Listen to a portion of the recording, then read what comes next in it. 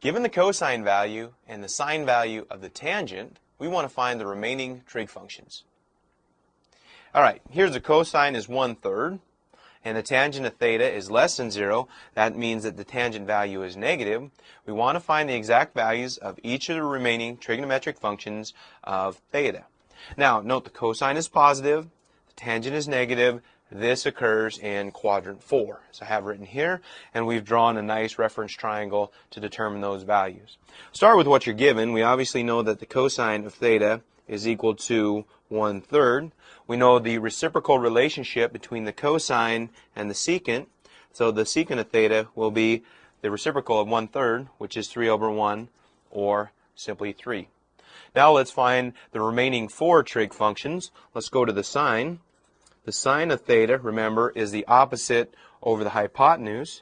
So that will be a -2 square root of 2 all over 3. And the reciprocal relationship, again, with the cosecant will give us that value here.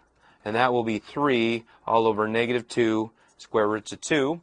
We want to make sure and rationalize this by multiplying top and bottom by the square root of 2. And so from this, we'll come up with a value that looks something like a -3 square root of 2, and that will be all over 4. Okay? Now all we need is the tangent now. Knowing that the tangent of theta is opposite over adjacent, we can say that the tangent of theta is equal to -2 square root of 2 all over 1. And the cotangent, again, the reciprocal relationship working here, cotangent of theta is 1 over -2 square root of 2. So if we rationalize this by multiplying top and bottom by the square root of 2, let's clean that up by writing a negative square root of 2 all over 4.